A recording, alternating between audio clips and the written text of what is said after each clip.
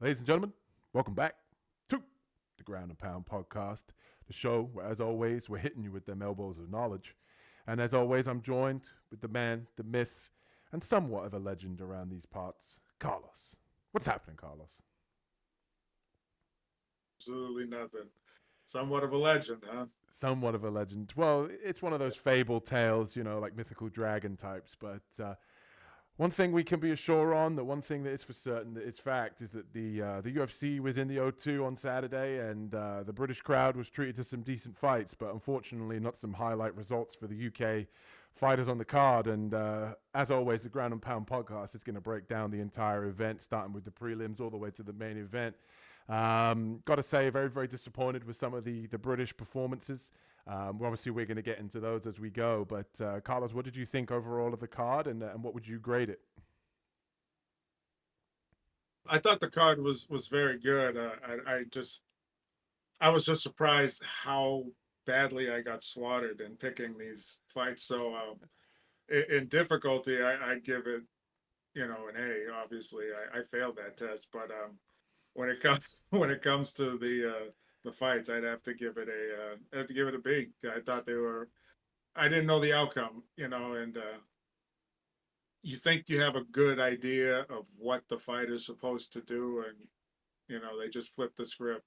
I'm glad I didn't bet the farm on it because I'd be broke right now. Amen to that. I mean, yeah, unfortunately, Best Bets video didn't do too hot, but we would have come out on top if the judges actually were able to view the fights from the same objective as Here everybody we else. go. But It's the cons- judge's fault. yeah, conspiracy corners coming out this week, and we're going to dive into those when we get to them. But we're going to start off with the first fight.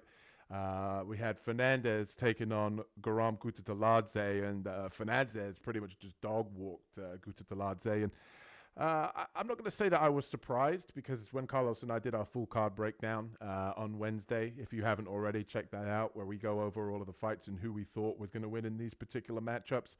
We did say that we thought the odds were too wide in this particular fight. We thought that Garam being such a huge favorite was definitely off. We saw that Fernandez had a lot of talent, a lot of skill, and he showed it on Saturday. To be honest with you, I mean, great kicking ability. Went to the calf, went up high with the calf kick.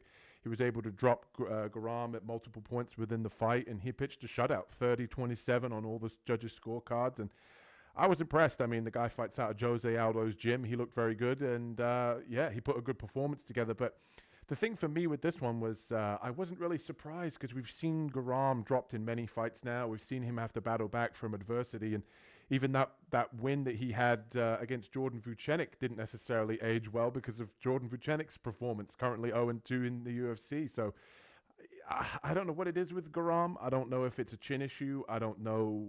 He looks like he has all the talent in the world. He looks like he's somebody that could be a world beater in MMA. But what was your thoughts on the fight, Carlos? And what do you think of Fernandez's performance? Um, I don't know about a world beater because I think a lot of wrestling saved him against Vucenic, and apparently we'll get to that later. That looks like that might be the chink in the armor to the guy is if you try to get him off his feet. But I thought that Garam, even on the feet, well, that's what we talked about on Wednesday. Was he looks very I don't he looks very lackluster. He gets a lot of accolades for his movement, how the technique looks, but he doesn't really know how to put it together. Whereas I want to say Kauê, I can't. Yeah, I'm not We'll sure the go with first name. Fernandez. Okay, I'm trying to remember that. I know how to say it, I totally forgot. But anyway, Fernandez, he looked sharp, and he knew what he wanted to do. He wanted to attack the legs, and he wanted to stay off the mat. And although I did put him in a parlay, which later lost, I was very happy that I went with Fernandez because I was thinking about it and I go, you know what? He's going to tear his leg apart because Garam has. I think you were telling me he went to go train with the Taporia brothers and it changed his stance a little bit, but I think he had the same kind of stance before. Like his lead leg comes out pretty wide because he keeps his guard up. It looks like he's always trying to come forward and keep some weight on the front. I think Fernandez goes, I'm gonna rip through that lead leg, and that's what he did. Then he started ripping through the other leg, And when I saw when Garam went for the takedown on Fernandes, and I saw how easy he underhooked him and peeled him off, I was like, oh, this. Thank God I bet him. Yeah, He's going to yeah, beat the shit out of him. So yes, that was perfect. I was very much impressed about how Fernandez looked. He looked sharp. You know what I mean? Like punches, kicks, knees, elbows, everything looked sharp. I thought it was great. Takedown defense was solid. Garam didn't have an answer for it. yeah. So maybe he's not as physically imposing as we were led to believe. And like I said, we'll get to Vucenic's thing in a minute. But yeah, I was surprised it was that easy for Fernandez. Yeah, and you have to think for a guy like Fernandez training with the likes of Jose Aldo, you know, the two main skills that you're going to pick up from Jose Aldo, you would like to think, or at least that gym, is great takedown defense and an ability to really lay into the calf kicks. And they're two skill sets that he demonstrated in this fight very well. And great performance. Like I said, 3-1, maybe even 4-1 underdog at close. Was able to cash at the start of the card. And to be honest with you, when that happened, I kind of took a little bit of a gulp when I watched that first fight and he won, because I thought to myself, I got a feeling this is going to be a crazy card. And mine and Carlos's picks were in trouble, and they ended up being in trouble. So, yeah, good performance. Enjoyed the fight. Not necessarily a huge Garam fan anymore.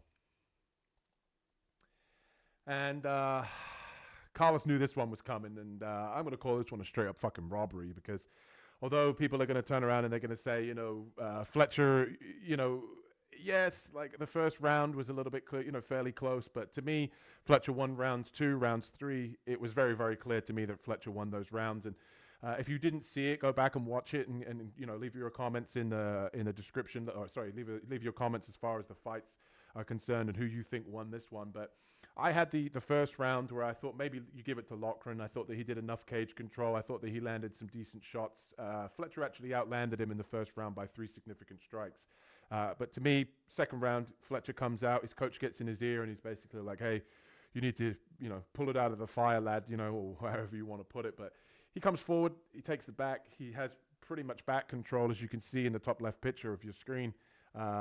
Takes it back, and he's able to land some really significant strikes on the back, threaten the choke, and clear dominant round for Fletcher there. And in the last round, you had Loughran holding him up against the fence.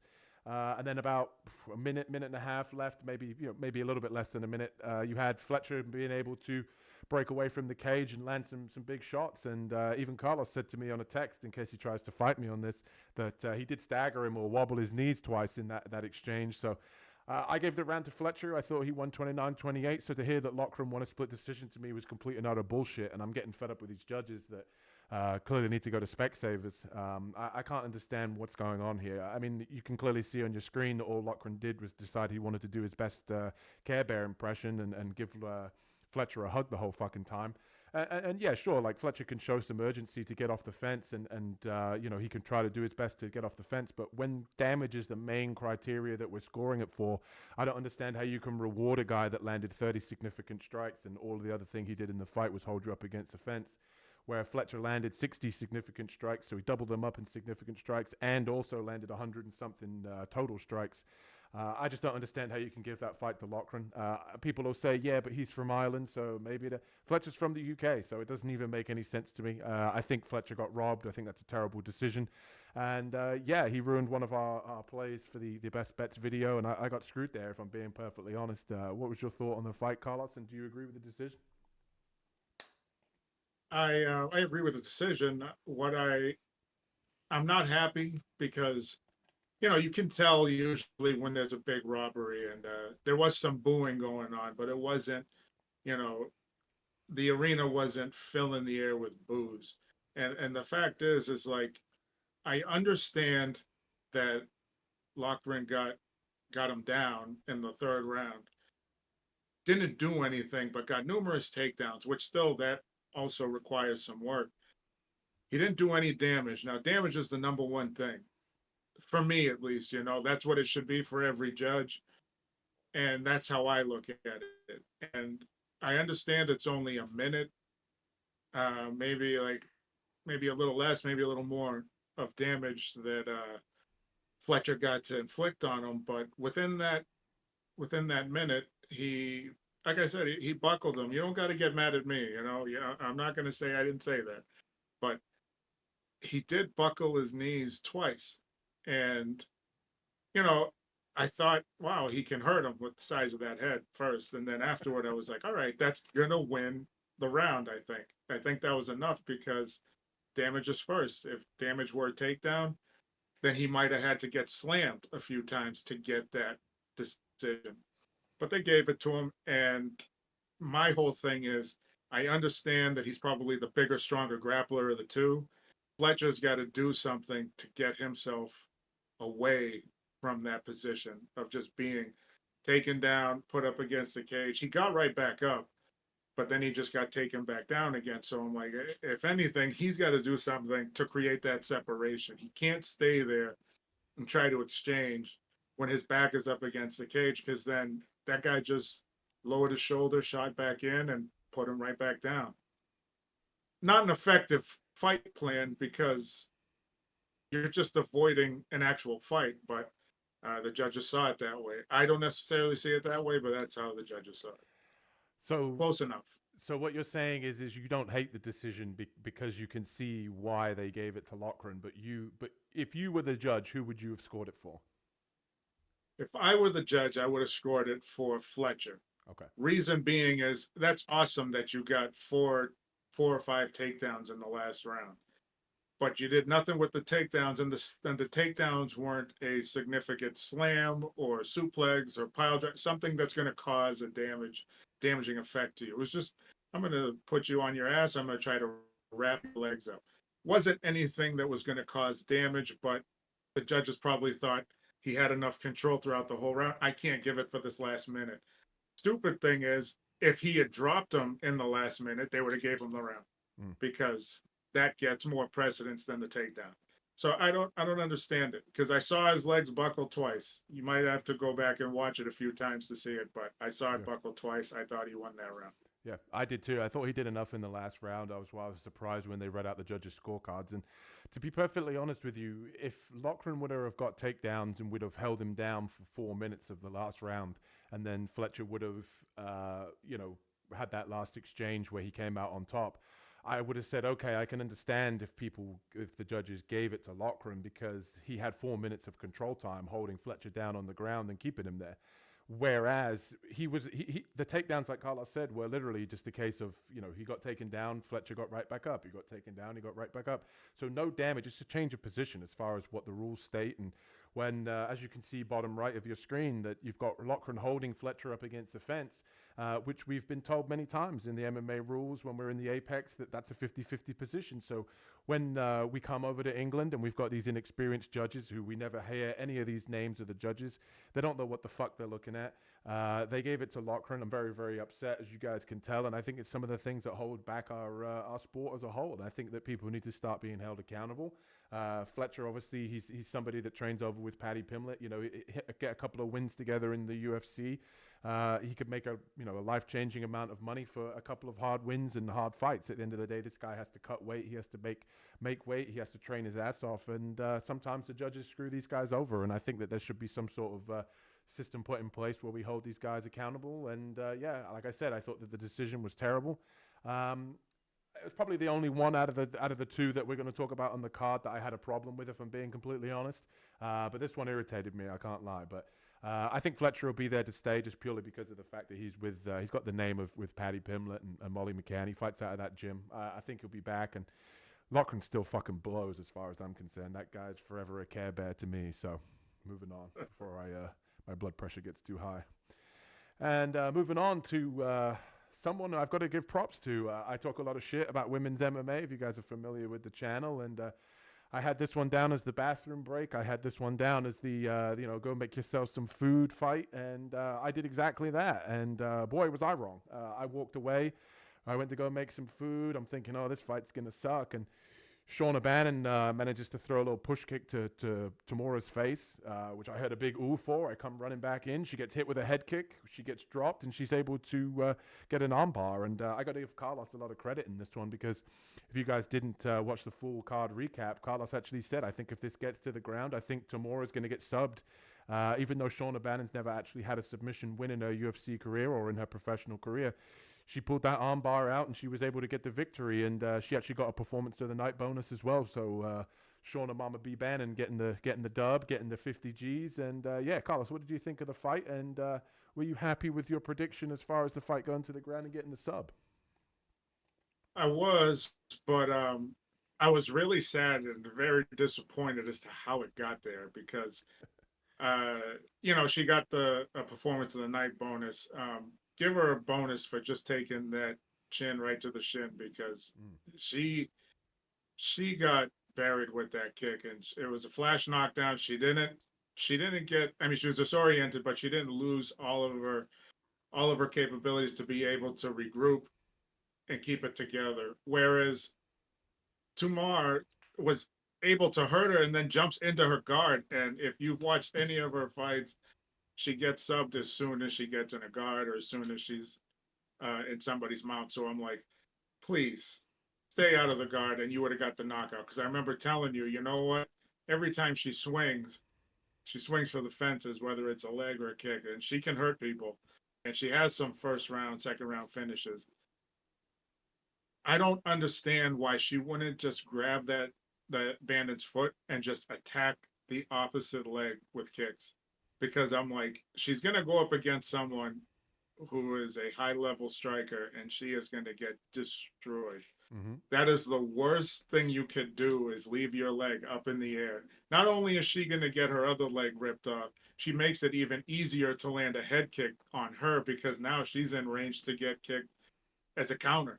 Very easy. Her leg doesn't have to come up as high. So someone's got to talk to her and be like, hey, Mama B, you got to understand, like, look at where her hands are. If you look at that position, perfectly wide open for that kick to the dome. Yeah. But anyway, she pulled off the victory. I think she's got a lot of work to do, even though she got some accolades for combat sports on her feet. She looks like she's never really fought a day in her life on stand-up. But yeah, great performance. She was able to pull out the submission, and Tomar should probably be cut from the UFC as well. Yeah, amen. I think the fact that she decided to go back into a guard once she got her elbow out of that armbar, when that happened, I just went, oh, she's about to get tapped.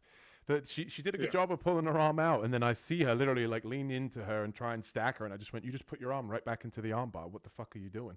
And as far as that push kick is concerned as well, like, it's got absolutely no power on it. It's literally a case of exactly what it is, a push kick. So it doesn't have a whole lot of power. And yeah, I'm right there with you. I think if she even faces somebody that has respectable grappling, they're just going to catch that little kick when she's holding it up in the air and take her right down and probably tap her as well. So maybe that performance of the night bonus is going to go to a new striking coach. If not, then I don't see a bright future for Shauna. But at the end of the day, she got the job done. She got the 50 Gs and had a good performance, and proved me wrong and shut me up on the podcast. So good for her. Yep, I just want to point out that one last thing is the fact that she keeps that leg up in the air. We've seen a fight where that happened, and it was Holly Holm versus Amanda Nunes. Yeah. And Nunes, I think that's the first KO loss by head kick that Holly Holm's ever had. So you can't just stand there with one foot on the ground. It's not a smart way to go through your career. And that's her bread and butter, apparently. So, anyway, and I'm done. The ladies obviously did their thing, and obviously hats off to them. But two gentlemen who I was very disappointed with. I thought this was going to be a back and forth striking match, and honestly, Chris Duncan's performance, he didn't have. I know they say it takes two to tango, but this one, for the most part, honestly, was very, very boring. It didn't really pick up until maybe the last 30 seconds of the third round. And Chris Duncan got the win. He did what he was supposed to do, but Ankalaev, or however you say his last name, just didn't even look like he was in the right frame of mind. I don't know what was going on with him. He constantly backing up, constantly looking to avoid, and Chris Duncan ends up getting the win. Honestly, probably one of the worst fights on the card. What were your thoughts on this snooze fest, Carlos? It was It is what you just called it. It was a snooze fest. I think he was he being Pulyaev. I thought he was very hesitant to open up because he didn't want to get countered, and Christian uh, was there waiting for the opening. He actually created a couple of his own openings, and yeah, it was very one sided. I don't think there was. I don't think he landed one strike on Duncan. So Mm. yeah, hats off to him. Yeah, Pulyaev looked like he'd been on a night out in London and drank too many beers before his fight. That's pretty much what it looked like. I don't know what was up with him, but hats off to Christian Leroy Duncan. I would have liked to have seen a little bit more from him. I think he probably shouldn't have been in the clinch as long as he was. I would have liked to have seen him just get out and strike, because even in the last 30 seconds, he showed he can touch the chin, and he's a problem. He rocked him and definitely hurt him in that last 30 seconds exchange in the third. So would have liked to have seen him, maybe put the pressure on a little bit sooner, and maybe he would have got a 50 G's bonus for a finish as well. But yeah, snooze fest, like we said. And I'm going to let Carlos take this one first. We had Mick Parkin taking on Marcin Tybura, the heavyweights, the big fellas. And I'll let Carlos talk a little bit about this one. What did you think of the fight? Did you agree with the decision? Just be honest with you, I thought that Mick Parkin won it. Okay, not only because we picked him to win, but I thought he did enough in, I think, rounds two and three to get it done. The problem is Tybura won round 1 and 3, 2. 100%. Yeah, 1 and 2. Actually, yeah, Tybura won round 3, so it was 1 and 2. But in round 3, there were a couple times where he stung Tybura clean, which is fine. Like he wasn't like hurt really bad, but he was done. He didn't have another gear. Yeah. If you pushed him, he wasn't going to go to the next gear. He didn't. I don't know if he had the gas to do it or if he just doesn't have that extra gear. But the problem is Parkin, what is he, 30, 29? I know, Yeah. I think he's 29, somewhere around there. The problem is like youth is also a weapon. And the reason it's a weapon is you can expend some energy, maybe a little bit more. In this case, a lot more than Tybura. And you're going to catch your breath and you're going to recover, and that lactic acid is going to flush out a lot faster than Tybura's is. But for some reason, he gave him so much respect that he should have stepped on the gas and he should have put this fight out of reach, and he allowed it to stay close. I thought he did enough to win. The fact that they gave the decision to Tybura, I'm not upset because he deserves this loss. You need to know that when I have the victory in sight, I got to step on it. I got to go for it. There is got to be a sense of urgency. And what I do like about him is that he doesn't take great risk. And in this particular fight, you didn't have to take any risk. Tybura was sitting there right in front of him. He just had to push the pace, probably clinch him up against the cage a little bit more, throw some short punches on the inside, maybe another takedown or two, anything to gas him out a little bit, force him to work. And he probably would have got him out of there. He played it safe. And, when you play it safe, you keep it close. This is what happens. I just want to say, I mean, I don't necessarily disagree with anything that you said for starters. I do think that with fighters, when they see that they're breaking their opponent, when they see that the victory's in sight, they do need to step on the step on the gas. Like Dana said for many years, don't leave it up to the judges. I understand all of that, and I do agree with all of that. But my take with this one is I didn't hate this decision as much as I hated the Fletcher decision. I thought the Fletcher decision, I would call that a robbery. This one, I felt like what it looked like to me was Parkin thought that he won rounds 1 and 2, and when he was in round 3, he took round 3 off somewhat, knowing that Tybura would need a finish, so he looked like he stayed a little bit safer, and he was just looking to counter because the shots that he landed with the right hand was mostly counter shots in that third round. So I felt like the game plan became, we've beaten him up in round 1, we've beaten him up in round 2, so as long as we don't get finished here, we're going to win the victory. And obviously he was wrong. And I've been an advocate of, if the fight's in England and it's an English guy, then he's going to get the hometown rub. And Carlos calls it conspiracy corner. And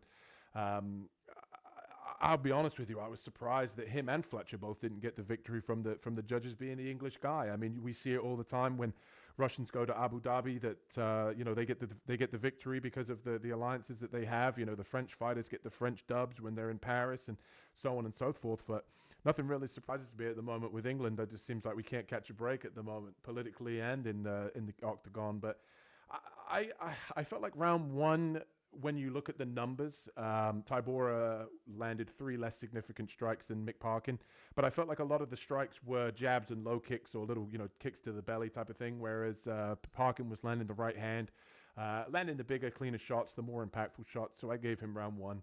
Round two was clear. I honestly thought I would have liked to have seen Parkin maybe step on it a little bit more on the ground when he had him in that crucifix, or at least on the ground when he's beating him up. Just go for the finish there. I think he could have maybe got him out there. 39 years old, and you'd like to think, he's coming towards the end of his career, so you'd like to see him kind of maybe step on the gas there. And maybe he thought that he won the first 2 rounds, and that's why he took the 3rd round off. But yeah, I mean, hats off to Tybura. At the end of the day, he did what he was supposed to do. But I personally hated the decision. But I can see maybe a path to victory there for Tybura in rounds 1 and 3. But I thought Parkin did enough, and I thought the hometown rub was going to be enough. And unlucky for Parkin, he lost his win streak.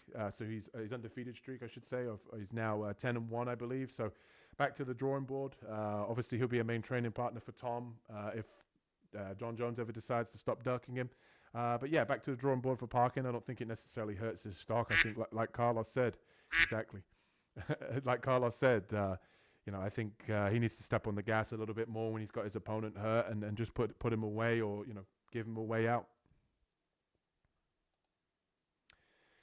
And I call this one Young Bloods because this one was full of blood, and we had Loughran Kavanagh with Felipe dos Santos, and couple of little talking points here. First of all, if you guys missed this one was actually a pretty good fight in terms of back and forth exchanges, a lot of grappling, a lot of striking. Kavanagh had a cut in the hairline, I believe it was after round 1, which was leaking absolutely everywhere, which got all over both fighters. Yeah, like I said, a pretty decent fight in terms of going back and forth. Kavanagh ended up getting the decision, which we both predicted over on the full breakdown Wednesday videos. And my question to you, Carlos, was, would you have liked to have seen the referee take a point because of all of the fouls that Santos kept committing? I mean, he was warned about grabbing the fence twice in a row. He was warned about the back of the head shots. He was warned twice on those. He was also warned about hitting the spine with the elbow twice as well. Would you have liked to have seen a point taken? Do you feel like it was handled correctly? What did you think of the fight overall? I thought it was handled fine, like the fouls. It'd be great to see a point taken when it was consecutive back-to-back, fouls being made. But the one with the to the spine, he did stop when he was supposed to. I don't know how many actually connected to the spine or if they were close to it, but thank God he did stop. That's kind of an injury that nobody needs to have. But the ones where he grabbed the fence, that's probably the one I would say, if you're going to take a point for anything, you should probably take it for that. But he ended up getting them down to the ground right after that anyway. Yeah. So that's why I was like, it didn't stop the position at first, but he ended up getting where he needed to be. That's the biggest problem, is like, I don't know how good Dos Santos's English is. So sometimes maybe the referee can't really address it right away, or maybe he doesn't understand it. So you do have to give a little bit of leeway for that. But yeah, if it changed position and Dos Santos ended up on top, I would have definitely stopped the fight and taken a point. Yeah. I agree with you. I think if the point was taken for the fence grab, I think that's probably the only one justified. And I think the language barrier definitely plays a factor in some of these fights. Hats off to Loughran Kavanagh. At the end of the day, fast striking, was able to show some of his grappling and wrestling, which we haven't seen too much of so far. He got the dub. That was what he was supposed to do. My only take with the point system and the not being necessary, or being very lenient with the taking of points, is that I would like to see it more enforced. Like, how many times are you going to warn somebody before you actually decide to sack up and take some points? And I know Carlos is familiar with my beef with Chris Taioni, but in this case, it wasn't that bald-headed fuck that decided to do something. It was some other bald-headed fuck. But this guy's like warning him up against the fence, saying things like, don't grab the fence. And then he's doing it again. He goes, don't grab the fence. And it's like, you're warning him back-to-back times to not grab the fence. When are you actually going to say, okay, right, that's it. I've warned you twice. Like, a warning's only good if there's a consequence after it. So I would like to see them kind of be a little bit less lenient with the point taking. I'm sure there'd be less eye pokes and less fence grabs and things like that if they knew that there was actually going to be a serious consequence to their actions. But sometimes they allow it in MMA, where guys will cheat and they get away with it. Other times, the guys will, they do one thing wrong and all of a sudden a point's been taken. It's kind of a confusing thing. It depends on the referee. But, like I said, at least Taioni wasn't involved in this one. And got a little bit of bragging rights, some little bit of positivity on the weekend. We had the dog of the week get right back on track. That's currently 7-3 now in the Ground and Pound podcast. So picking underdogs at a 70% clip, picking all underdogs for you guys to bet on. And I'm not going to sit here and brag about this one too much because, to be honest with you, the fight was terrible. If you guys saw it, we got the win. We got the dub. Chris Padilla managed to come to England and conquer, his words, not mine. If that's conquering, then God help us. But the fight was terrible, honestly. I was disappointed. I thought this one was going to be a little bit more action-packed, a lot of holding against the fence, a lot of clinch strikes. And I think Padilla was probably the rightful victor. I think Herbert didn't really step on the gas enough and do enough in order to win the fight. But dog of the week, yet again, we're right back on track, right back in the win column after last week. And we're going to try and keep that momentum rolling. Hopefully we can find a dog on this Mexican card coming up and make it two in a row.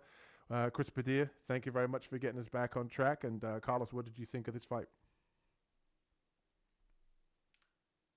I know you said it was going to be Shauna, Bannon, and Tomar for the break. This was definitely another one for the bathroom break. I didn't really think it, on paper, it looks like it's going to be one hell of a fight, especially the movement of Jai Herbert and the constant pressure of someone like Padilla. But he was actually kept on his back foot for most of this fight, and Jai Herbert was the one pressing, but he didn't do anything with the pressing. He gave Padilla a lot of respect by not stepping in for any of his strikes. So he never really hurt him in the fight.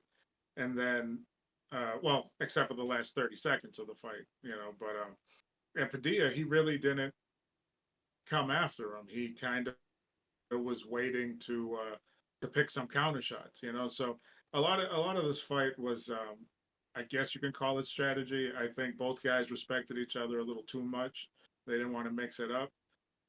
It kind of sucks that the whole fight was boring. Last 30 seconds, Padilla's got to go get some stitches for that gaping hole that just opened up over his eye. But if that happened in the first round, and I hope that's a lesson to Herbert, like, you know what? That could be a doctor stoppage. There was blood just pouring out of this guy's eye. Yeah. So sometimes you need to step in on those strikes. You can't just look pretty. You got to force the action and keep yourself safe at the same time. And he's skilled enough to know how to do that, and that's what was really embarrassing about it. And Padilla, he may not have the movement of someone like a Jai Herbert, and he definitely doesn't have the athleticism of him and the crisp, movement and striking of him, but he usually gets the job done, and he ended up finding a way to do it here. I just wasn't super impressed on how it happened. Yeah. I don't think either guy can walk away from that performance and be happy with their performance, to be honest with you. And I think if either guy lost on the judges' scorecards, that they can't look back on that fight and think it was a robbery. They both didn't do enough. And you best believe after the Fletcher decision and after the Parkin decision, I wasn't optimistic for the dog of the week after watching these two stare at each other for 3 rounds. So I thought we were going to get screwed on the judges' scorecards, but Chris Padilla pulled it off. Taco was able to get it done, and no complaints from me. I did think that he won, but boring fight. Definitely a bathroom break.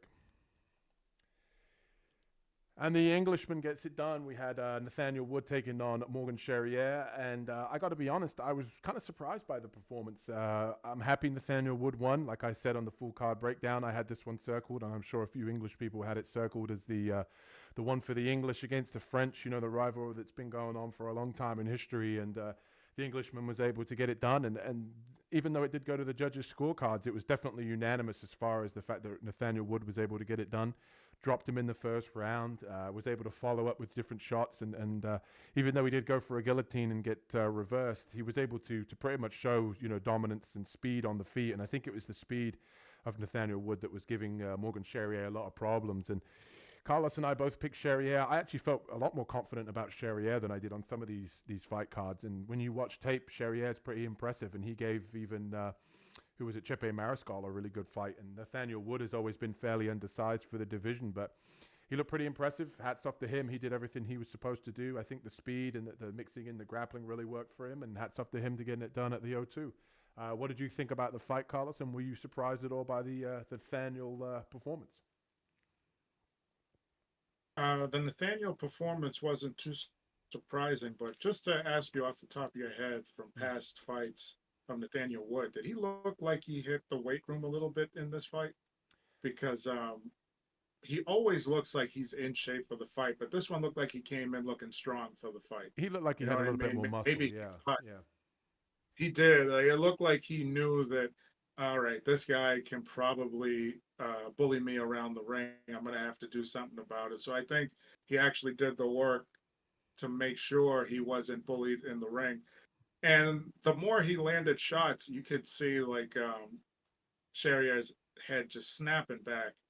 And it just kind of looked like whatever he did in the weight room transferred to his striking, because he looked like he actually hit harder, not just quicker, not just faster to the punch, but he also looked like he hit harder than Charrière. I actually expected that from Charrière, to be the quicker of the fighter. Maybe I just forgot how fast Nathaniel Wood was going to be in this fight, and he had no answer for him, and it was very impressive. And like I said to you on Wednesday, I said if he was fighting anyone other than Charrière, I'd say, yeah, I'd give him a shot at winning, because Nathaniel Wood is, although he's not getting the finishes that he needs to get those guys in the top 15, he's and to get the big name for himself in the big matchup, he's pulling out the victories because he has the ability to do so. Hopefully this sets him up for a bigger matchup later, because he does deserve it. He's a good fighter, and I overlooked you on this one, Nathaniel, and next time, not going to happen. Morgan, get your game on. Absolutely. Speed kills clearly in this particular fight. That was definitely the difference maker. And hats off to Nathaniel Wood. He proved both of us wrong. I felt like Charrière was going to be able to bully him a little bit, but yeah, hats off to him. I'd like to see him against a ranked opponent. And I think the thing that surprised me, I don't know about you, Carlos, but Nathaniel Wood's last fight against Daniel Pineda, he didn't look too good in that fight, and Daniel Pineda just lost another fight and then retired. He's an older guy, so I think that was also something that factored into my decision making about him against Charrière, as I thought, well, sometimes you do MMA math and it doesn't pay off for you. You forget to carry the one. In this case, I was just surprised that he went to such a dominant decision over a very skilled fighter, but then made Daniel Pineda look difficult. So that's the sport. Sometimes it's a little crazy like that, but hats off to Nathaniel for getting it done. Well, before you go, you got to remember one thing is, like, Daniel Pineda is he's a veteran of the sport, and he's actually a lot stronger than he lets on. So the fact is like, he could be tricky for a lot of guys, and then you see him next week get knocked out by somebody else. So it's Daniel Pineda is somebody that I bet on before, and I'll never do it again.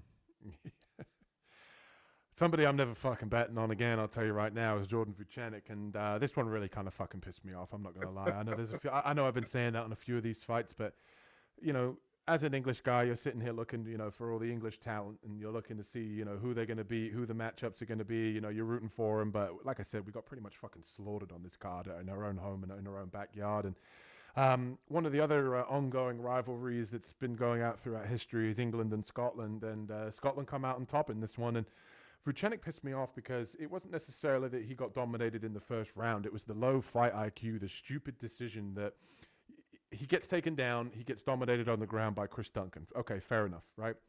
The next round he comes out and he's in a position where He's having success on the feet. He's able to get back to his feet, and he's landing great strikes on Duncan. You start to see, him having success. He's building confidence. He's landing the right hand. He's landing some kicks, and you can visibly see Duncan's kind of like, oh shit, I'm getting tagged here. And then Vucenic decides, hey, I'm going to shoot a sloppy takedown from way outside and jump right, go right into Duncan's guillotine. And I'm sitting there thinking, oh, he's good. And then boom, tap. Chris Duncan wins back-to-back guillotines, deja vu, 2 fights in a row now winning by guillotine. And I just looked at it like, what the fuck are you doing, Vucenic? Like, you're having success and you make a low fight IQ move to go in for a sloppy takedown after you've just been dominated on the ground, and you're visibly snapping this guy's head back with strikes. Keep it on the feet, keep doing what you're doing, land strikes, and change the, do some damage, win that round. You're clearly visibly winning that part of the fight. Just keep it there. If he then shoots a sloppy takedown, now you can reverse the position or whatever the case may be. But don't initiate the grappling when that's where you've just been dominated. If you're having success, stick with it until, like I say, if it ain't broke, don't fix it. And I mean, 0-2 now in the UFC. He's got a lot of hype from a lot of the UK fans. He's got, I say it because I care. I don't say it because I hate the guy. I don't have anything against the guy. It just bugs me when you're rooting for somebody and they make those kind of mistakes. You'd like to see them do well. And I'll be honest with you, I think he's so much better than Chris Duncan. I don't necessarily look at Chris Duncan and see him as this guy that's going to get into the ranks and, go on and be very successful. I do see Vucenic as somebody that could potentially climb the ranks, and 0-2 now in the UFC, potentially fighting for his job. So, I'd like to see some better performance out of Vucenic moving forward, and hats off to Chris Duncan. He did what he was supposed to do. The Scottish get it. But what did you think of this one, Carlos? Well, I did sing some high praises of Vucenic of some fights that I saw.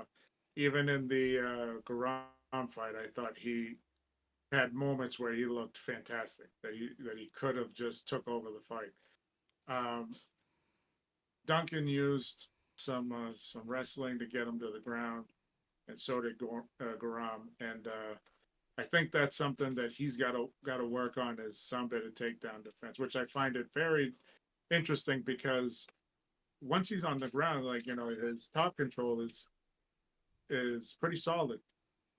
On the feet, I thought that he was gonna get the better of Duncan. I don't know what they're doing.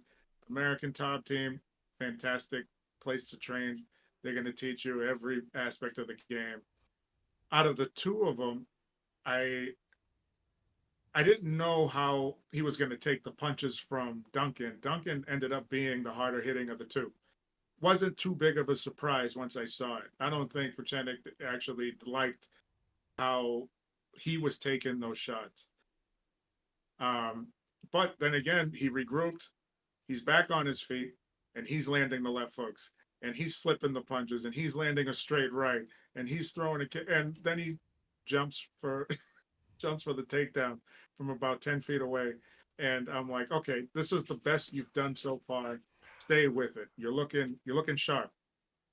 And sometimes that leads me to believe that in his mind, maybe fighting under the lights here in the UFC is a little too much for him, and that's okay. He needs to get a victory. That's what he needs right now to get his confidence going. I had mentioned to you, I think that Brandon Thatch, I don't know if you've ever heard of the gentleman, but he was a highly touted talent coming into the UFC. And everyone talks about how he would just destroy guys in the gym, all the best fighters that would show up in there.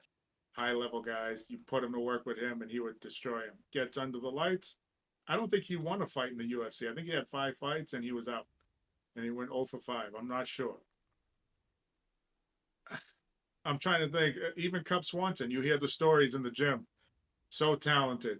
Never loses a round in sparring. This guy's amazing. He's going to be the next champion. Never won a championship, but had a great career. Not a bad thing. Allen, nicknamed the Talent Belcher. Same thing. Comes in, already cleaned up. The edges are all sharpened. He's ready to go. And sometimes when the lights are on, he looks marvelous. And sometimes he looks like he's never been in the gym before. Hopefully that's not it for Vucenic. Maybe it's just the fact that the pressure of being at home in the UFC, He wanted a big victory, but unfortunately, that's all he was thinking about. Now, what you got to think about is I just need to get a win. He's got all the ability. He's got all the talent. I would love to see this kid win. Now, he didn't have the firepower to go punch for punch with Duncan. I thought once it got to the ground, he was going to have he was going to have the better of Duncan on the ground. Hmm. Duncan is also another guy who has gotten better every time we see him in the ring, and I want to count him out, but he looked incredible. I did count you out, and that's probably not going to happen for a while now because he's looking good, and he's already a tough kid. So you know that he's going to come back in a fight. So hats off to Duncan for doing what you got to do. Vucenic, hopefully you get a dub the next time, but definitely not putting you in my parlay. Yeah. Hats off to I almost said Tim Duncan again. I did it in my best bets video, referring to him as the NBA legend Tim Duncan. But yeah, Chris Duncan, hats off to him. Like Carlos said, he does improve every fight to fight. So nothing against him. I fuck with the Scottish too. They're tough sons of bitches. So I do like them. Yeah, I guess Vucenic has more tattoos than common sense because I just don't understand how that can be your game plan when you're popping someone's head back on the feet and all of a sudden you decide I'm going to shoot a sloppy takedown after being dominated. It just makes no sense to me. But I wanted to pull my hair out when he did that. But I'm rooting for you, Vucenic. Don't let me down in the next one. Let's get a dub. Let's get in the win column. Let's start climbing those ranks. But and. Yeah, I mean, it just goes from depression to depression, doesn't it, really? I mean, for MMA fans in the UK, I mean, Molly, first round submission loss to a UFC debut that took the fight on a week's notice, then gets on the mic and retires. And we've got a lot to unpack here. And I wanted to just say as well how fucking annoying Alexia is. I mean, I don't know if anybody watched it. If you get a chance to watch the whole fight back, just to watch how long it takes Alexa to get to the cage and how everybody's kind of looking at her, the security, the people, the cut man, everybody are kind of looking at her like, yeah, all right, let's go. Like, you know, we're on actual like a TV schedule here, you know, like you're taking far too long. And she comes out and gets it done. And in hindsight, I remember saying on the breakdown video that we did on Wednesday that my head says Alexia should be the pick, but my heart says Molly McCann. I went with my heart. My head should have got the better, and Alexia was clearly the pick, and she did what she was supposed to do. She got Molly down, was very aggressive at the start of the fight, managed to get Molly down, take the back, choke her out. Molly taps like a Kentucky Fried Chicken. Yeah, she tapped like a chicken, but I think she knew coming into this fight that she probably had retirement in the back of her mind anyway. What I did want to ask you, Carlos, was did you find the UFC giving Molly an opportunity to kind of do her little farewell speech and retire on the mic and everything a little bit much? Because I was thinking about it, like, you know, she's talked about how she's like pioneered in the sport or transcended the sport. And I thought about it and I was like, well, I don't understand why they did that and gave her a moment when she's like a 7-7 UFC fighter that was barely scraping the top 15. And then on top of that, you've got guys like Tony Ferguson, who's been an absolute staple within the UFC for years. He doesn't even get an opportunity to say farewell on the mic or a chance to retire, but yet they do that with Molly McCann, who's kind of, and no offense to Molly, I like Molly, but she's kind of a nobody. You know what I mean? It's not like she's challenged for a belt or done anything crazy. So she is popular. Obviously, she's got a huge following. So I don't say that in a matter of, you know, I dislike Molly, but I found it kind of a little bit strange that it was kind of this big sort of pity party, you know, sort of thing. When she's not actually that good of a fighter. But yeah, what did you take about it? You know, what did you think of Alexa's performance? And what did you think about the whole Molly retirement and the whole spiel? Well, Alexa's performance when I saw her dance into the ring and you know she wasn't even sweating. I go, she's going to sub Molly probably in the first round, and that's what happened. That girl was not going to get tired. I don't know if I'm ever going to see her tired, but she's built like a little pit bull. She's got those thick legs, you know, strong shoulders. Her core is obviously very strong. You know, she's got some high level grappling. So, you know, I felt good. I was happy she got her victory. It's a bit much, all the dancing and humping the ground afterward, but you know, people do what they do. Some people like to twerk. You do whatever you got to do. That's fine. Don't you dare talk about my I know, Eileen Perez like that. I know you love Eileen Perez shaking those cheeks. But what I thought about Molly's thing was, I mean, it's appropriate. If Patty were to retire today, um, he's not a huge name in the sport because he's a great fighter. You know, he's got a good following online, and they would allot him the time to do that as well. So the thing is Molly brings, she puts asses in the seats. Mm. So Dana's like, when we're in that town, I want Molly McCann in there. Why? She's got a she's got a nice personality. She's funny. She's goofy, just like Patty. He's good. You know, he's very entertaining as well. And you know, she got a following. They're online. They do cooking shows, food tasting. You know, they do all sorts of things. So I'm like, yeah, you're gonna put her. You're gonna give her the time she needs to retire. You know what I mean? You give somebody like you said, Tony Ferguson. What does he do? Put half the glove down, put one glove down, and he goes, "I'm not sure if I'm going to retire yet." So, and then he picks it up and he yells, "Championship!" You know what I mean? So, who knows what Tony would do if you gave him the mic? But either way, I was happy with the send off with Molly. I thought that it was for someone who's not a great fighter. Um, she brings a lot of fans. Um, I'm sure the press conferences, tons of people were there for her, mostly. So yeah, I'd say give her a send off, and hopefully, like you know, she's gonna do something good, transcending the sport. Um, you know, some people are legends in their own eyes. You know, so Mm-hmm. I don't know if she transcended the sport, but she found a way to make a living outside the sport. So that's beautiful. Mm-hmm.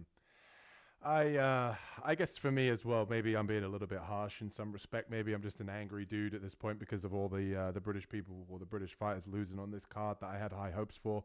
Who knows? But I will say that I, I do like Molly as far as the antics outside of the octagon and her show with Paddy. I've definitely been somebody that's watched those things, and I do like her as a person. But as a fighter, I did find it a little bit sort of much to say that she's.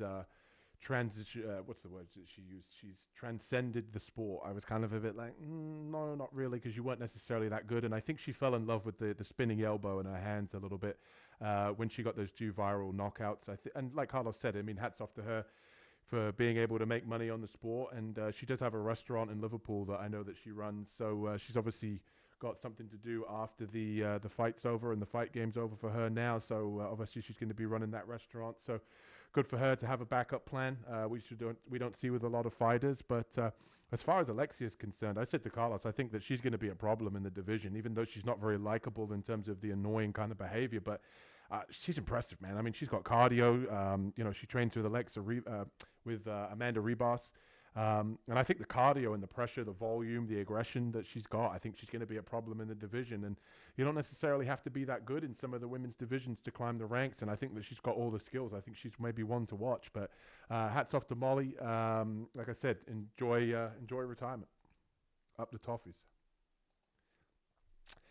And one fight that did put a smile on my face is Kevin Holland back in the win column at 170. And this was one of the ones where I remember me and you said, when we were doing the full card breakdown, we're both like, we have a feeling that Kevin's going to win. And it's really hard to pick Kevin Holland fights, as we all know.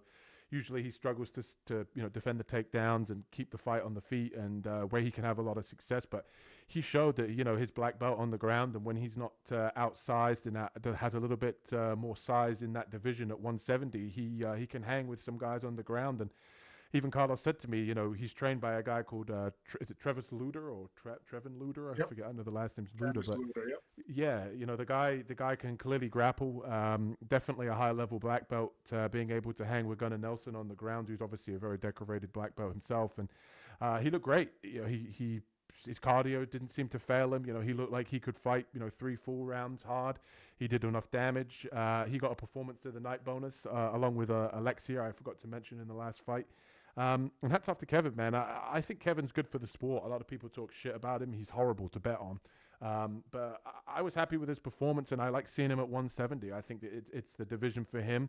I think he just likes doing the quick turnarounds for a payday. And I'm not going to hate on a guy that just is basically open and said, I don't give a fuck about a belt. I just care about a payday. At the end of the day, he wants to make the most of his opportunities and make money. And I don't hate him for that. At the end of the day, sometimes he saves cards by stepping in on short notice. So hats off to Kevin for getting it done. He looked pretty good. And 50 G's for him as well for performance of the night. What was your take, Carlos? And what did you think of Kevin's performance? For some reason, I thought he was going to do fine because the size was going to be pretty similar. I mean, it was going to be in his favor, but Gunnar wasn't going to be this incredibly stronger, larger grappler.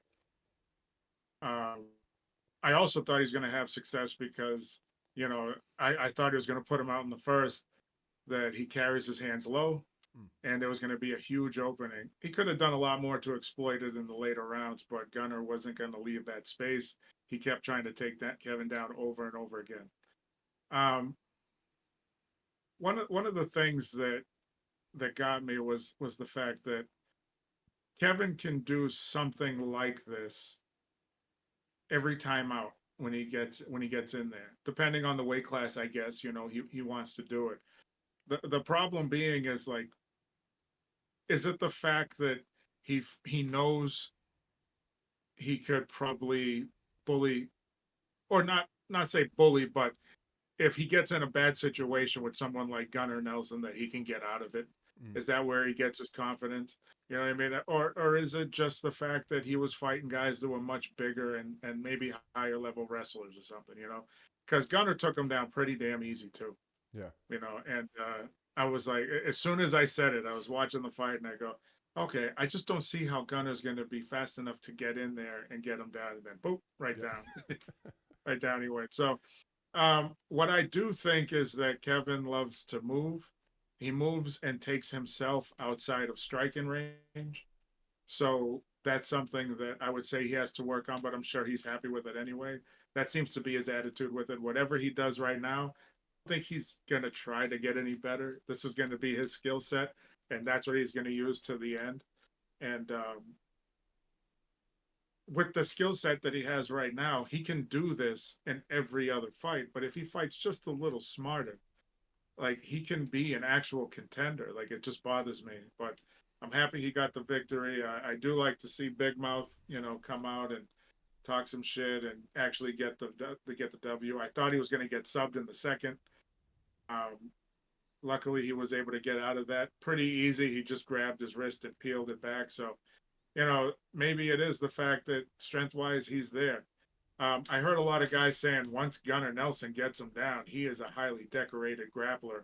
And I'm like, listen, I understand that. But what I do understand is I can go up against highly decorated black belt grapplers as well. And if you ask me to survive for 5 minutes, it's pretty easy. All I got to do is post you out in a round the world drill. Keep myself out of danger. Keep my elbows in tight. Make sure that I'm sitting tight in the Caesar position, hips right into you, controlling your shoulders. You're not really going to go anywhere. So I felt like Kevin was going to be okay.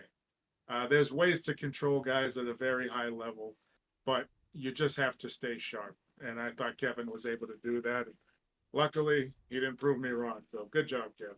Yeah. And I think as well, people forget with all the antics and, losses to bigger guys in middleweight that Kevin is a highly decorated black belt himself, so he knows what he's doing on the ground. It's not like he's not a good fighter. I think the problem with him is that, people see the losses, people see the antics, people see the activity. They forget that he's actually got skills and that he is a credible fighter. I think it's the antics that fool people, and I think it's people always do the 1 + 1 = 2 with Kevin. If you get Kevin down, he's getting subbed. But what people forget, I think, is that Gunnar Nelson at 170, he's not a particularly big guy, and I think as the fight went on and he got more and more tired, I think he struggled for those takedowns. And even that one moment where Kevin was like wrapped around Gunnar Nelson's arm, like hanging off of his arm, usual antics from Kevin Holland, just looking up at him, kind of smiling and grinning, like giving a thumbs up. I'd love to know some of the stuff that he says inside the cage. But Kevin's great. I love watching Kevin. I'm always rooting for him regardless. I just don't put my money on him anymore. And that brings us to the co-main event. And my question to Carlos, obviously we had legendary Polish Power taking on the Black Jag, and very close fight. Not necessarily a lot happened. A lot of sort of tit for tat going on, as we say in England, the old tit for tat. But what did you make of this fight? How did you see it? How did you score it? And did you agree with the decision? So I'll answer that one first. I agree with the decision because it was close. You know, you can't say it was a robbery. It was too close on both sides. This fight was very uneventful. I think we discussed that. Like, there were no really highs in this fight where somebody got the better of the other. There's really no lows. Nobody really took a big beating. I thought Błachowicz was having a lot of success ripping that front leg. I also thought in the second round, I think it was, there was a low kick thrown by Błachowicz and a low kick being thrown by oh my goodness, Ulberg. And they both connected on shin to shin. Did you see that? Yeah, I did. Yeah, And yeah, I go, yeah. oh my God. Just the way their legs moved right after that, I thought somebody's leg was going to get broken if it happened again. Yeah. Thank God it didn't. Didn't want to see that there, especially with Jan coming off 2 surgeries. I really think that Ulberg made it look more in his favor with all the movement. He can dart in and out when he felt like it. He kept the separation. I really had no idea he was going to look that much bigger than Jan. His back was so much wider than Jan Błachowicz. I was just surprised. Jan gave up a little bit on the leg attack, especially when he had him compromised, because around round 3, Ulberg stopped bouncing, and I was like, all right, it's time to dig in and do something. He wasn't bouncing, but he had enough energy to keep moving. It wasn't bothering enough to keep that distance. And Jan was just chasing him, trying to land something, whether it was a kick or a punch. And, you can't fight somebody like Ulberg like that. You have to find a way to cut the ring off, or else every time you throw something, you're going to be whiffing. So in the judge's eyes, that makes you look like I can't even get a hold of my opponent, whether you're landing or not. So, yeah, I think the decision was fair. I think that just the 2 styles together made Ulberg look so much better. There was a couple times he hit Jan with that check hook and didn't really do anything. So I got to say, he was lucky that he kept the distance, because I don't think he was going to hurt Jan easy in this fight either. So, I just don't know who he's going to fight in the top that is not going to be able to take him down, because, if he, let's say he fights Rakic. If Rakic wants to take him down, he can do that. The thing is they're both around the same size. I think Ulberg carries a lot more sting on the punch. I think that Rakic does a lot more leg work, where he's going to rip that, get you to stop moving. So now, and they're both athletic, so now he's going to close the distance a lot easier than someone like Jan would. Same thing with Ankalaev. I think, like, not that he's fighting Ankalaev, but I think he can cause so many problems for Ulberg. So if you want to fast track someone, that's awesome. But now you're like, okay, he fought Jan. Who's he going to fight next? I would say get him to fight, what's his name again? Yuri Prohaska? I can't remember that. Who? Yuri? No. You don't want him to fight Yuri. No, you don't want him to fight Yuri Prohaska. I'm trying to remember the name of that young man that I don't like, that keeps getting knocked out all the time. Oh, He's got Johnny a brother Walker? that fights at heavy. Johnny Walker. You want to look impressive? Fight Johnny Walker. I'll put him out real quick. I have to say with this fight, I agree with Carlos. I think the more impactful shots were definitely the low kick that Jan was able to land. Definitely affected the movement of Carlos Ulberg. I did think that Ulberg probably did enough just based on volume. I think he landed something like 30 more significant strikes, but it's a tough one because it was very sort of tit for tat, like he's tapping the low kick, he's hitting him with the jab. It's not necessarily huge damaging shots, but all of the impactful shots were coming from Jan. I just think that he couldn't quite keep up with the speed and the movement of Ulberg. But one of the things I will say, I did think that Jan was going to wrestle a little bit more, but I think he was having trouble really sort of getting Ulberg up against the fence and just kind of corralling him to be able to actually shoot for a takedown because Jan's not really fast enough and Ulberg had the speed advantage. So I'm not sure who you give to Ulberg. I'm not sure who you give to Jan moving forward. Thank God I don't have to do the matchmaking for that 205 division. But yeah, I wish Jan all the best at 42. I'm just happy he didn't get knocked out and pieced up. He still looked decent coming off of a layoff and an injury. But I definitely think if he was, maybe a little bit more active in that fight, we could be talking about a Jan Polish power upset. But unfortunately for him, he wasn't able to kind of corral him and get the win. But yeah, we'll see where that leads Ulberg to. But I don't think you can give him a title shot after that performance, that's for sure. And that brings us to the disappointing, for the British fans, main event. Leon Rocky Edwards, man, what can be said about Leon? I mean, we bet him. We had him as an underdog, and I just can't trust Leon anymore. I don't know what it is. I've seen him time and time again where he's shown high-level grappling. He's shown an ability to stuff takedowns. He's shown an ability to look good on the feet, but he always just seems to look like he's half asleep now, and hats off to Sean Brady. I mean, at the end of the day, Eagles fan like myself, go Birds. He did what he was supposed to do. He looked good. He came out. He pretty much bullied Leon from start to finish until he did get the submission. And again, I got to be honest, low fight IQ move from Leon Edwards. What the fuck is he doing? He's being dominated by a grappler, and he shoots a sloppy takedown, gets taken down, gets reversed, gets in mount. Brady with the tap, right? I just don't understand what Leon's doing anymore, and I think he's got to go back to the drawing board. I think this honestly might be it for him, if I'm being really honest, at 33, not necessarily a young man in the sport anymore. I think he's had his rise. I think he's had his moment, and I'm kind of done with him, if I'm being really honest with you, as far as betting on him. But I just couldn't understand the initial thought of, I've been taken down, this guy's a grappler. My strength is on the feet, the speed, the crispness on the feet, and I decide after, once we get out to range, that I'm going to shoot a takedown against him. It makes no sense. And hats off to Brady. I mean, I think he's probably going to be Bilal's next opponent, if I'm being honest with you, assuming that Bilal beats Jack Della Maddalena in their fight, which I think he will.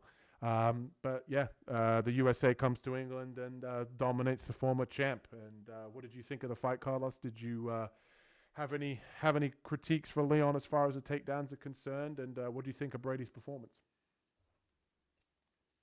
The only thing I can get from that is I think Leon is getting very irritated having to fight grapplers. He Okay, so I believe he's getting irritated fighting grapplers because he's doing everything that he should do. Once he was on the mat, he turned right into Brady. The thing is Brady was anticipating that, and if you just watch it, he is thrusting his hips forward, and Leon, he stops right there. You know what I mean? There's no more advancement. So now he's on the ground. He's got to look to create separation, control the wrist at least, and then try to turn into him. And Brady wasn't letting them have wrist control that entire fight. The other thing that Brady did that was very good, that even Kamaru Usman didn't even do, is, listen, the one thing I dislike about the UFC is the advantage that wrestlers have just pinning you up against the cage and taking you down pretty easy. The other thing that is getting better about the UFC is the fact that guys are learning to use the cage as if it's like having a third leg or a third hand, and getting back up using the leverage of the cage. And I believe that Brady tactically kept going around the world after the takedowns and getting his body in between. On that helicopter drill, he's kept his body in between the cage and Leon and pushing him back in the middle. And I was like, that played to his advantage because Leon can always get back up, but he usually does it up against the cage. And the only other person that did that was Bilal Muhammad. So he took the blueprint and it worked for him. I was just surprised he was able to get him down so easy, I guess, and that's what surprised me after going through all those other grapplers that he went through. So Brady, it was a smart performance by him. Leon started out decent. I thought he was getting a little bit of confidence, and then after the first takedown or two, he was kind of done. And in his mind, I'm just wondering if he's like, what the fuck? Like, why do I have to fight everybody that wants to take me down? Well, because on your feet you're dangerous, so you got to expect that. And once you get separation, you can't close the distance, especially with a guy that's 5'10". You got to make him come after you, and you got to make cutting the distance wider and wider, much like Ulberg did against Jan Błachowicz. Is it easier against Błachowicz? Of course. But Yeah. Brady did a fantastic job. And I know you say Leon's done, but I think Leon's done, I in my think personal opinion. I think if you put him in there against some guys that you know are more stand-up heavy, I think he's going to have some success. I think in his mind right now, he's like, I'm tired of always having to go, Kamaru Usman, Colby Covington, now Sean Brady is like, can I get a break? He's like, can I get a couple of stand-up fights? Unfortunately, that's not up to you. He does look a bit timid on the feet for me now as well, but I also think that, like we're talking about, he's always facing wrestlers, so maybe it's just because he's worried about the takedown threat coming. But I don't know. For me, it just looks like when he fights that he looks like he's a little bit spaced out, like his head's not in the right space. I don't know if it's because he's fighting in the UK and he needs to be like kind of against the world, where he's in England, he's fighting in his own backyard. I really don't know. I just expect maybe a little bit more from him, considering that he won the belt, but maybe it was a lucky head kick. A lot of people say it was a lucky head kick that was able to win him that belt, and that was what won him the third fight, when he was able to play the mind games with Kamaru Usman, throwing it to the kick to the body to make him think it was going to the head, etc. But yeah, I was just surprised the fact that after the Bilal performance, that I thought he was going to come in and make a statement and keep it on the feet and win it on the feet. But hats off to Brady. He got the 50K bonus as well for subbing Leon in his backyard. And all I'm going to say is, man, Paddy, Tom Aspinall, I need revenge. All right, for the UK fans, we need revenge moving forward. Revenge is a gift served up by Paddy Pimlet's guillotine and Tom Aspinall's right hand on John Jones's chin. So that's all we've got time for the full breakdown of UFC London, Edwards versus Brady. And before we do go, hit that like and subscribe button, and make sure you guys keep an eye out for mine and Carlos's full card breakdown that we have coming out on Wednesday. We have a pretty good one this week. We have Brandon Moreno taking on Steve Erceg over in Mexico City, which should be a good one. Those videos come out on Wednesday. This is all of our picks, predictions, a little bit of betting insight as far as who we have on the pick side of this particular Mexican card, which I think should be a pretty good one over at Altitude. And as always, on Friday, I do a best bets video over on the channel, going through some of the picks, predictions, things that I like as far as a betting angle for the upcoming cards. That's on a Friday, so keep an eye out for that. And before we do leave the guys, hit that like and subscribe button. And Carlos, do you have anything you want to say to the people before we leave them for the week? All I could say is, anything can happen in a fight. We're looking through these things, the videos, all the time, and doing the studying, and we both can't believe how bad that came out. I mean, but it was incredible to see like guys step up and change the outcome of the fight, or what we thought the outcome of the fight would be. So, come back in. Nothing but great info is what we're going to give you, and that's all I got for the fans. Yep. Viva Mexico, onwards and upwards to positive things. Viva la Mexico this week. And check out our video coming out on Wednesday. Until next time, people, hit that like and subscribe button, and peace. Peace.